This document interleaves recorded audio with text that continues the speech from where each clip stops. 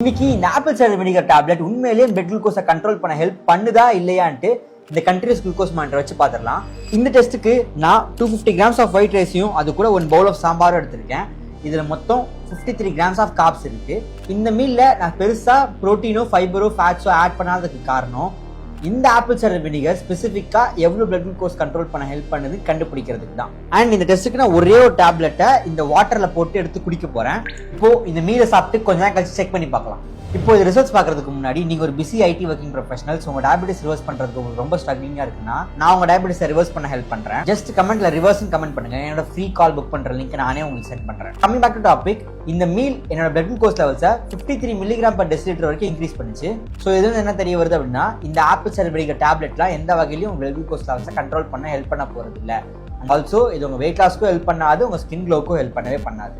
இந்த ப்ராடக்ட்லாம் வாங்கி உங்க ஃப்ரெண்ட்ஸ் யாராவது டைம் வேஸ்ட் பண்ணிருக்காங்கன்னா மறக்காம இந்த வீடியோ உங்களுக்கு ஷேர் பண்ணி விடுங்க.